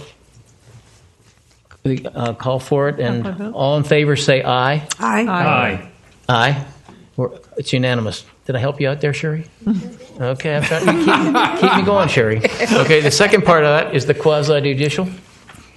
Now, this one you have to do it, right, Sherry? Yes, We have I'll to do get a that. motion, though, right, first? Yes. Okay, I'll keep me on. Okay, I'll move to amend the official zoning map as stated. From R10 to GU. GU. RM10. Right. And based on the staff. Based on the RM10. staff recommendations. Based on staff And recommendations. then there's also the POI to G. RM. And And the POI, very good, Right. POI to G, U. We have a motion then? Yes. Made by, Yes. Honey made the motion, seconded by I'll second it. Joe. Okay. All in favor, say aye. Aye. Aye. Or does she need a roll call Did you want me to do a roll call on Oh, that? and this, I'm sorry. After on a quasi? We have to do the roll call. Oh, that's quasi-judicial, so I guess we have to do the roll call. Ms. yeah. Polensky, Yes. Mr. Mucher, Yes. Mrs. Manous, Yes. Mr. Burke, Yes. Mr. Lawfer. Yes. 5-0, it passes. You sure? 5 fingers. It's easy to work with her. Okay, the next item to come before us on today's agenda is something we've seen before. Oh, yes. And this is legislative. I'll have to read this one. An ordinance of the City of Vero Beach, Florida, amending Section 72.42 and 72.43 of Article 4, Chapter 72, Landscape and Tree Protection of the City of Vero Beach Code, providing for revisions to permitting procedures for removal of specimen trees and mitigation requirements for tree removal, providing conflict and severability, providing for an effective date, and the number is Z1300009-TXT. Okay, Mr. Chairman, I was not really going to do much of a presentation because we've been beating this thing to death. I think you all need to make a decision. Is what we really need to go down to. And I think, I think, and clearly we can still. You can ask me questions. I'm not trying. Again, yes. What I did in this thing, I think the big issue that still came up, and I think Ms. Polinsky wasn't at the last meeting, so we were still in that discussion. Had to do with the mitigation. Okay. And I think that you need to reach a solution. I put an option in there for basically that would be that was attached to the ordinance itself. That we have the table on page 8 of the ordinance or the schedule, and I've added in a optional at the end what I call the alternative DBH reduction. It's at the very end of your ordinance, and basically it divides in half. It just splits in half. That's what I did to come out to reduce the reduction factor. And I think the question we get down to is, I think we need to have some mitigation for those even within the buildable area. Just you need to decide what you think is fair and favorable. I would not recommend that we get rid of that to nothing and just require mitigation for outside inside the building setbacks, but we should require some inside within the building setbacks itself. So that's for you all to decide. I just wouldn't recommend that we get rid of it totally, that we should keep it. So other than that, I'm going to let you all duke it out on this. Well, I think we have to open up to the public. Oh, you can, unless you have some questions of me at the... Yeah, do we have questions of Tim immediately? No. Are we confining our has Tim properly defined what we're going to talk about? Is this item, is that the only thing that we haven't pretty much agreed upon with? I didn't, comparing to what we've done in the last couple of meetings on this, I did not see anything that I don't think needed much attention. Where's that option, Tim? Oh, the option's at the very end. If you get to your end of your... The last page. The last page. It's at the end of the ordinance. I added that. And you could see the numbers. That's not it. Way in the back. It's actually a back page. Yeah, it's in the back page. Okay. Okay. I was looking. Okay. So you can compare that with page 8 of the ordinance. You'll have two look like this here. Yeah. Okay. Well, and the controversy was over whether or not we're mitigating within the footprint. Yeah, well, the controversy whether we should do that or not within the buildable area. And I think that was the big controversy. Yeah. Should we, and what level should we do it at? And my preference is within the buildable area, we should have some mitigation, even, and not make it zero. You remember we had a discussion of that. So I still think, I have no problem if you want to reduce it. I just still think there should be some mitigation within that area. And I think, and that's why I put the option. You certainly can decide what you want to do on this, but that would be the staff recommendation to keep something. And my belief was, and I expressed that to Tim earlier, that if I was the king of the world, I would not have any mitigation within that area. Okay, I think the people have the right to use the part that they're allowed to use with or without the trees. But I do believe, because the environment that I live in Vero Beach here, and the people here would like to see some mitigation to that. And I don't think it should be burdensome on a homeowner to be able to have to pay for the trees that he takes down to build his house. And I think that, therefore, I was hoping that I would persuade my fellow board members to go to the lower amounts that would charge the people. So move the alternative into the ordinance. Is that correct? I certainly agree with that, but how do we calculate this percent of tree canopy cover? I guess it's done by either using the aerial survey. Remember the examples I did, or we could have an arborist or somebody give us a survey that we would look at. If the homeowner disagreed with your aerial, he could go out and have somebody survey it personally. Certainly, I mean these are probably rough approximate. I understand of that thing. This is, but it worked fairly well with these new maps are very detailed and it's easy to see. And should we open up the public comment yet and try to open and close the public? Yeah, I guess. Well, maybe we got to figure out what we want to talk about us either before. Way if there's somebody's going to speak, though. I have a comment though, just about the canopy. I think it's important to understand too that a tree canopy is one number. But the health of the tree is another thing to consider. because you could have a large canopy, but the tree may be on its way down, it may be in decline. It could have been after a storm event, and so the canopy is not as large as a couple years later after it recovers. I mean, a canopy isn't the only measurement, and I don't think it's the most accurate measurement, to tell you the truth. Quantity versus quality is what you're saying. And I think I've always used this definition. I've been in my business a long time, and it is understood that a healthy forest, and I use the word forest, is a combination of all sizes of trees. Young ones coming up, older ones. If you have all older and they start and they get a blight or something, it takes 100 years to get back where we are. That's right. And so having some come down and having some new younger, it always moves along. And on the island, they're very hesitant to take them down. But you can see some of them, even in our park, you see them pushed over. And if it was for us standing them back up, they would be gone. So we need to, but they are putting new trees out there, and they need to continue to do that. And let me step in here. I wish, we're at this end of the road now. We come up with that. I'm not disagreeing with you at all. Yeah. But remember, if it's not a healthy tree, it's automatically can be cut down with no mitigation. Yeah. Okay, that's it. But if you don't feel this is good, I would just suggest that we have some number on mitigation within the buildable area, because unless you have some other indicator, we were trying to use it more of a indicator of how many trees are on the property, and that. I don't know what to come up with some reasonable thing. What I want to make sure we can do is when somebody comes in, you either got to plant this much or or pray into the tree this and that, and we don't get these discretionary things. So if you have something better on this, it'd be fine with me. I just don't want a lot of discretion. That's so we can do this. Do we cause the homeowner then to start having to evaluate each tree, and there's a cost involved in that? I don't know how are we trying to help the homeowner. And that was it's different from a commercial. Well, I think we have to treat it a little differently than we do a commercial. Aren't you looking for an arborist anyway? Yeah. Well, you can have an arborist, but I'm sorry. What are we discussing now? Are we still talking about the tree canopy? So I'm trying to follow you all. I apologize. Well, and the canopy the health of is the tree. different whether you have a new home on a 50-foot lot or a new home on a 1-acre lot. Right. Well, what we're talking about right now is the tree canopy. We're still there, Tim. Yes. I think the percent of tree canopy cover.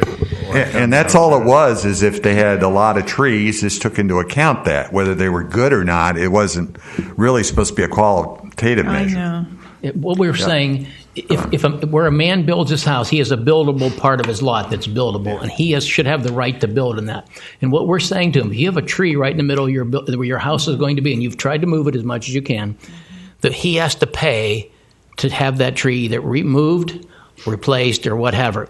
And I think it's a burden on that man, because he should have the right without having to pay a fee to get that tree removed. Okay, but if we are going to keep a fee for him to take off and clear his lot so he can put his house on it, it should be modest. Now, when he starts taking down peripheral trees or trees beyond where the house building site is, then I think I have no problem charging him, because then he's working into a canopy that he didn't have to do. It's a choice thing where he's removing trees because of choice.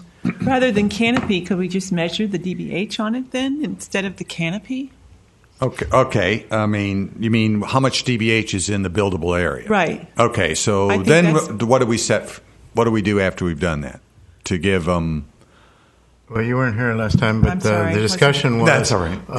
That the chairman, and I kind of feel the same way, is that the mitigation on the footprint of the proposed building might be as little as zero, but maybe full or some factor outside that footprint. Well, percentage.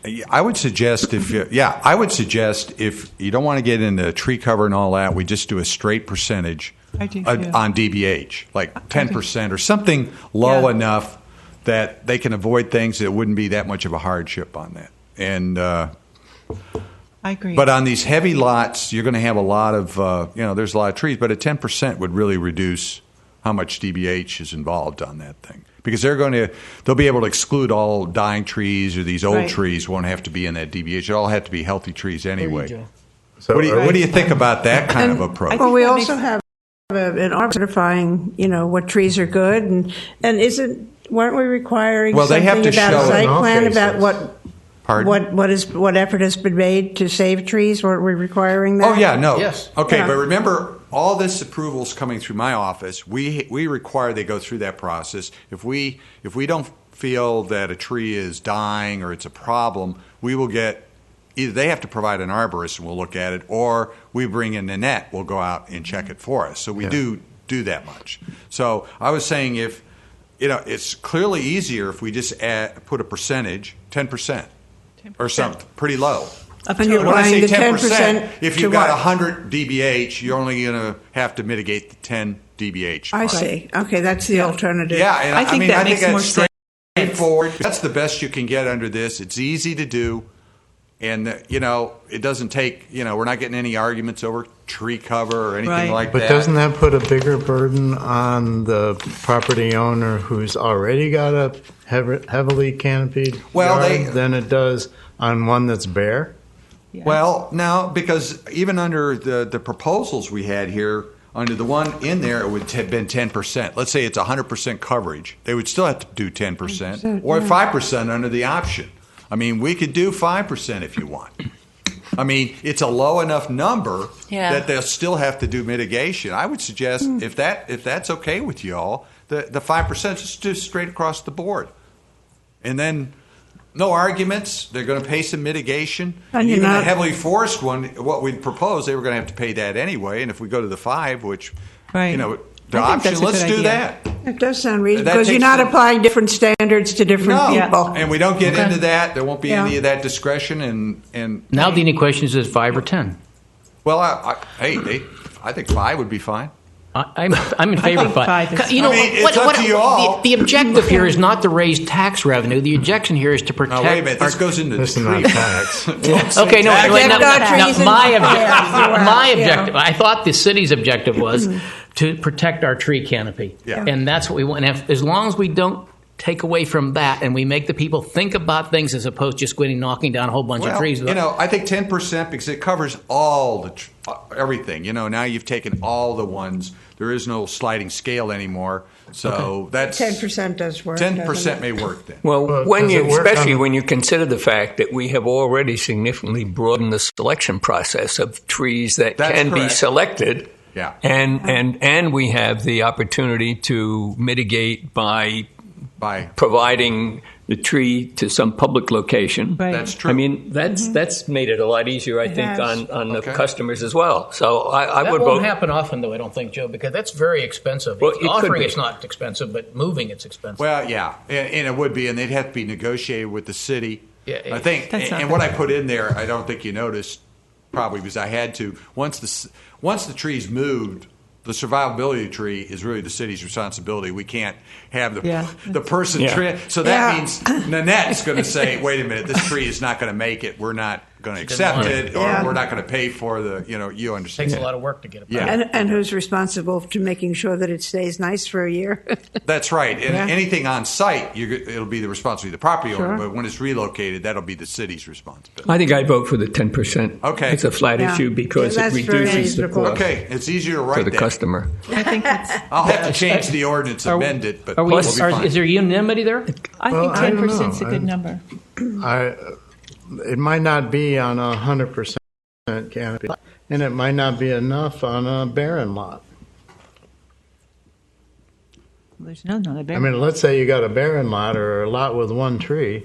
If you're going to cut down that one tree and you only have to put up a tenth of a tree, that doesn't make sense to me. But maybe we're talking about starting over. But the tree has to be in the buildable part to get that. The rest of it is a full mitigation. Full mitigation. Oh, okay. Yeah, and that's why I'm back at the 5% because I think it's in. I really am. I'm going to stay there. I'm not moving until I lose 4-1. So I would like to adopt the alternative schedule with a 5% on the footprint. Only in the building site. Yes. 5% on the building site. Well, it's up to you all. Does that include Make the a drive? motion. Everything. That includes the driveway, the access point. Go He needs ahead. to open and I close don't the know whether public it includes the hearing. In the footprint building- or Open and close the the public building hearing footprint. before they make Building the footprint. In the building footprint. Before you do a decision, Sherry's pointed out that we haven't opened the public hearings before we take. No, but we want the public to comment on what. that. We Okay, wanna well, talk- it sounds what we like wanna talk about. it looks like. I'd like to now open our hearing to the public. Was anybody from the public would like to speak? Okay, let's move. Seeing nobody, I'll close the public hearing. Thank you, Sherry. All right. I tried to do that before and they wouldn't let me. Remember that? I have one more Remember that? question. Mr. Chairman, the question has been raised is whether the buildable area covers the driveway or only the. No, it just footprint covers of the home. No. within the setback.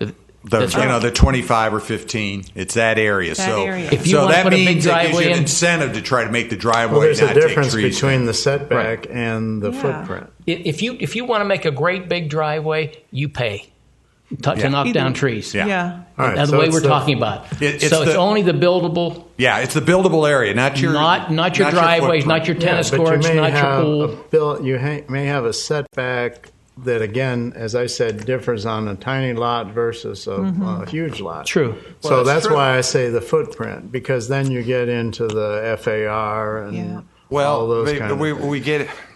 It's easier to just say the buildable area. That's an area that you can build in. And, Yes, I agree. That's. All right, I mean, well, remember I like we get buildable swimming- area better than setback. But that is the buildable area. They're See, you saying- put us into a question. Setback See, the whole free idea is buildable area. remember, they have to go through a process that shows they're avoiding it. So if they have to move a swimming pool over, Right. and that will have them do that. So they're already doing some avoidance in there. So this buildable area is when I think it's easier to generic. define. It we don't defines. get into that. We can define it. Plus, the customer understands what you're talking Yeah, I mean, we can show them. That setback business is confusing I mean, I to a think lot of that was people, part of the including me. problem I've been trying to get with this thing is we need to make it clear, bright line. Are we doing that, Tim? And With I the- think I think okay, that's I clearer think- than Buildable canopies and area is deviations. defined. Yeah. I agree. Buildable area. We're going with it then. I'm asking for somebody to make a motion. I'm looking for somebody to give me a motion on it. Can I get one more question? You sure can. What if you have a specimen tree in that buildable area? Well, Does this incorporate the specimen? specimen tree is at a higher level. You still have it's a 1-for-1 on the specimen tree. Even so if it's in the buildable area? it's in the buildable area, Okay, but you'll still perfect. have to mitigate that. It's Right. just at a higher mitigation. yeah. So when Right. we say 10%, you still mitigate it at the whatever the mitigation rate is level is. for that, Okay. and it's a half for non-specimen trees. Okay. Okay. And so I'm looking for a For a motion. non-specimen. Mark, Are we talking about 5 or 10? 5. It's my policy not to make any motions, but what is it you have to read? I noticed that. You're looking at the alternative or the proposed? The We're looking at the alternative. No, we're Which not. is- Actually, you're amending the whole thing. And Yeah. you're picking Oh, yeah. 5% is across the board. Help us with our motion, would you, Tim? Because the options are out. You're taking the 5% option, but across the board. There is no schedule. It's just at 5%. Can I make a motion? I'm not allowed to make a motion, am I, as a chair? Yes, you can. What are we losing out on if You we? can make a motion as a chair. No. Could I Yes, Make ask the the motion. question. could I just qualify Yeah. this? Sure. What are we losing out on here? The mitigation? No. No, You're no. going to still have mitigation, but we're instead of getting the tree canopy and how much it is, everybody has a 5%, if that's what you choose to go, a 5% mitigation within the buildable area. Just the buildable area. Yeah, the rest of it, it's- remember, they have to pay full They pay freight full bill. on the. Okay, I'll make that motion. Good. Yeah. Okay. You need a second now. Okay, what's your motion? Sherry needs a motion. Yeah, what is the motion to You have to move state to? it. Okay, to do the 5% reduction factor in the buildable area. That's And to And to- approve the rest of the ordinance. And the rest of the ordinance. and the yes. Do you have enough, Sherry, for that? Public hearing That's on the draft. amendment. Okay, you want to Read this. Read this. I'm sorry. I thought you just. Let me go one more time here. All right, as it At home, goes. they're wondering about a 5 board member right here. All 5 of us. Okay, an ordinance of the City of Vero Beach amending Section 72.42 and 72.43 of Article IV, Chapter 7.2, Landscape and Tree Protection of the City of Vero Beach Code, as staff has recommended with the amendment of the 5%, the alternative DBH reduction schedule, amending that to 5% on the buildable lot. Okay. Buildable site. The schedule. Schedule. The schedule's out. It was 5% across the board. The schedule. Okay. Seconded. All right. We have a first and a second, and this is legislative, so all in favor? Aye. Unanimous. Oh, thank goodness. Praise the Lord. Aren't you glad you don't have to measure You got to pull teeth sometimes, but they come out eventually. You got to keep pulling. You got to keep pulling. Okay. Next week. We're going to get funny after a while here, but we're not funny yet. Planning Department matters. Well, other than I had an unhappy day yesterday, which you're all aware of. And everyone else, too. Yeah. So, Yeah. anyway, we'll have to see. It's up to the city council what they would like to do on this. They have 30 days from the day the final order is rendered on it. So the basically, city council decide. Oh, our attorney's on. No, they will have to decide whether they want to move forward on this. If they want to do that, they don't. Right, and the attorney. There was a question of whether the attorney serves the board or serves the council. What Wayne and I discussed it this morning. We had a little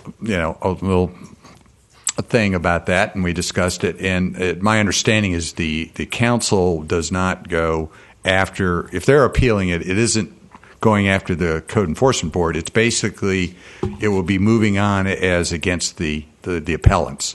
It's part of the code enforcement process. So Wayne would no longer be involved in it. It would have to most likely be the appellant's attorney involved. So that cleans it up a lot. It was a kind of difficult situation for him. And if we were to go that route, we would recommend getting an attorney who specializes in appellate type stuff. So we'll just have to see what the council would like to do on that. I think the unfortunate part of it is it can be rather easily interpreted as totally political. Well, and that's unfortunate. It really bothered me, and I guess I can second guess what I did at the meeting. But basically, I don't believe that I don't think our thing is that unclear. And I was about to make a sarcastic comment. Now that we can rent by the hour, I think I'll set up business. Well, I watched it this morning, and I was surprised how quickly it went. But I think the unfortunate thing is that the state has limited what we can do. Well, no, my understanding very clearly is the legislature did, in fact, say that you can't change anything at this point in time. And that's been if you don't have anything on the books, but we did. Yes, but you can't change any further regulations to come. That's the problem.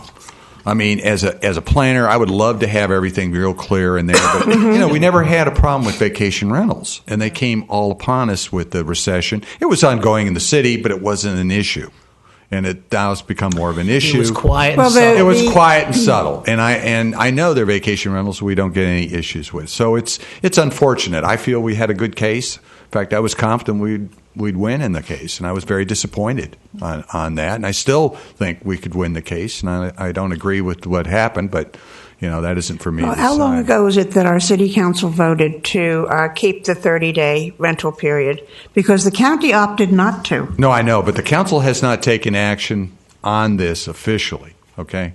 All I know is I moved ahead to enforce what I believe that historically been the code, or at least the practice in the city.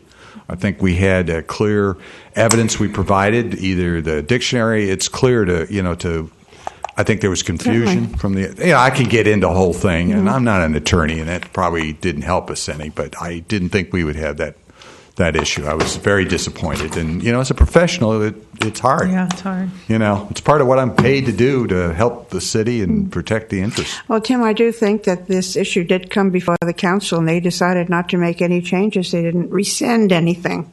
But there's nothing about the 30 days in there. You understand it all comes from my application of the codes and the dictionary and everything else, and to come up with basically a trigger, so that I could tell people what you can do and we have done that all the time. So they'll get a call from a homeowner. No, it has to be at least 30-day rentals. Mm-hmm. Okay, I mean, we had to pick a time and follow the Florida statutes. If you're under that, you have to get a license. I mean, I think it's pretty clear. And to argue about what a transit is, that could be 2 years based on if you had a 100-year life. I mean, I'm saying it confused it. That's why when I make the comment, we can go to hourly rentals. Well, that's basically what you could do. I mean, if there is no rules, so I can't enforce anything now. That's basically where we're at. No, after yesterday, The neighborhoods are feeling very shaky. Well, very shaky. As a person, you know what the answer is. Yeah. Yes. Political. I'm sorry, but anyway, so that's it. We are moving forward with the other thing we got the boarding house thing. We did a few changes in the way, based on what you provided at the last meeting. Wayne and I sat down, and I think we have a fairly good ordinance. I've added things dealing with leases because I wanted to have as much in there so the property owner knows what's expected of them. And that's clear in there. So that's something. I just wanted to point out to you that the woman whose property was the subject of all this is now back in compliance under the current code. But in our opinion, under the proposed code, she wouldn't be in compliance because we now get into how they're operated, and I don't think that was intended to be in the neighborhood to be able to rent individual rooms out and run it like that. I think that leads to other issues. How do you declare that they're in compliance? They declared yesterday that they were in compliance. Oh, they haven't done anything. Code Enforcement Board hasn't done that. Right. I mean, I don't understand. No, it hasn't come to them. No, what I'm saying is, under our current code,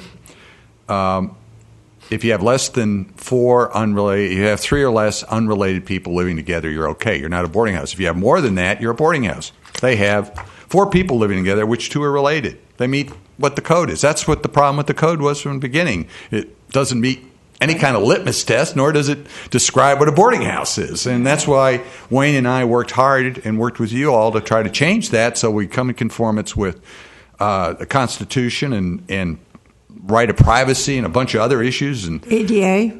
Yeah, exactly right. But at the same time, we wanted to address what a boarding house issue was. And now I think we're pretty close to it. It doesn't make it necessarily easier to enforce because it's always a problem when people are behind closed doors. We have to find out, and that's tough to do. Just with like vacation rentals, same thing. So, what's the city council's attitude going to be when we finally come up with this revision? On boarding houses? Well, I'm hopefully they will, because I think it, Wayne and I and y'all have done, we did a lot of work and discussion on it. I think it's clearly much more in line with codes, and it meets the problem. What we had now, we think could have been we'd been challenged in court. I mean, we'd have a lot of people violating the code that are unrelated, living together, but they're living as functional units. Think if you got young professionals, 3 or 4 get together, living together, that's nothing unusual. And is that a boarding house? I mean, the one thing we do have in there is they got to be under, you have to have only one lease, so that really limits forcing them together in at least some sort of a relationship rather than just coming going and that's the problem. So, and I can understand neighbors, just like I can understand vacation rentals having, Come from the Keys. Yeah, from the Keys. Where's the bait box at 11 o'clock at night? I'll tell you. So we're going to see boarding houses then at our next meeting? Well, no, that's before the council. Because we took what you gave us and I made some changes. It was still in that. When will it come before the council? First reading next week. Next week. Okay.